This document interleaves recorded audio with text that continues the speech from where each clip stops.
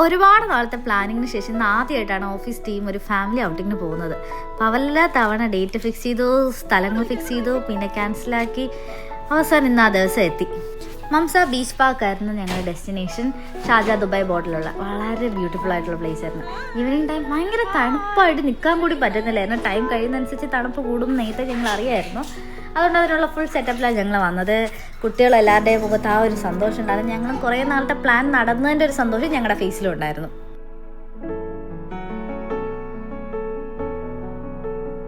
സത്യം പറഞ്ഞാൽ ഓഫീസിൽ നിന്ന് നമ്മൾ ഒരുമിച്ചുണ്ടെങ്കിൽ ഇങ്ങനെ ഫാമിലീസിൻ്റെ കൂടെ സമയം സ്പെൻഡ് ചെയ്യുന്ന ആദ്യമായിട്ടാണ് തോന്നുന്നു.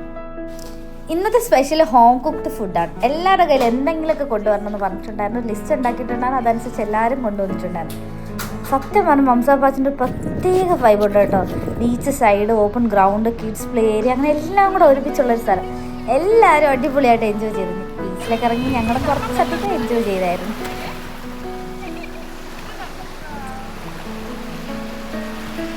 കുറേ ഗ്രൂപ്പ് ഫോട്ടോ എടുക്കണം, ഫാമിലി ഫോട്ടോസ് എടുക്കണം, റീൽസ് എടുക്കണം, കാൻഡിൽ സ്റ്റോർസ് എടുക്കണം. ഇതൊക്കെ പ്ലാൻ ചെയ്തിട്ടാണ് ഞാൻ ഇങ്ങോട്ട് വരുന്നത്.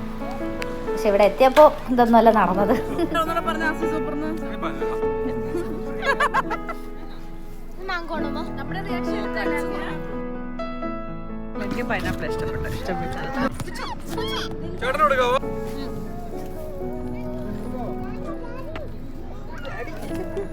എങ്ങനെയുണ്ട് മീനു?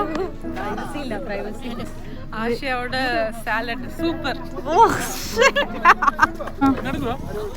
ചുമ്മാ ചാൻസ് ഇല്ല.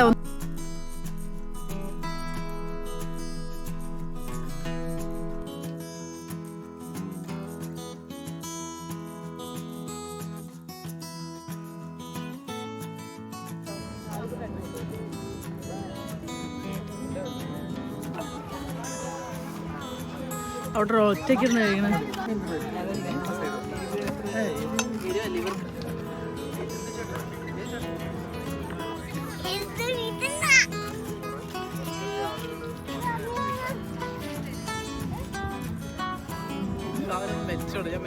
പേടിപ്പിച്ചിട്ടുണ്ട്.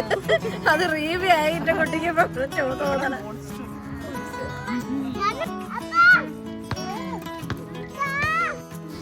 ഒരുപാട് പ്ലാനിങ് ഒക്കെ ചെയ്തു പോയ പല ട്രിപ്പും മുടങ്ങി. ഫൈനലി ഒട്ടും പ്ലാൻ ചെയ്യാതെ പെട്ടെന്നാണ് ഈ ഒരു കാര്യം നടന്നപ്പോൾ ഒരു സന്തോഷം പറഞ്ഞറിയിക്കാൻ വയ്യാത്തതാണ്.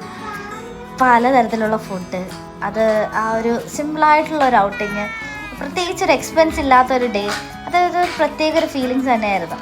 എന്തായാലും ഇഷ്ടപ്പെട്ടു, എല്ലാവർക്കും സന്തോഷമായി. ഈ വീഡിയോ നിങ്ങൾക്ക് ഇഷ്ടമായെങ്കിൽ ലൈക്ക് ചെയ്യാനും ഷെയർ ചെയ്യാനും സബ്സ്ക്രൈബ് ചെയ്യാനും മറക്കരുതേ. നെക്സ്റ്റ് വ്ലോഗ് വീണ്ടും കാണാം. Until then, take care. Bye bye.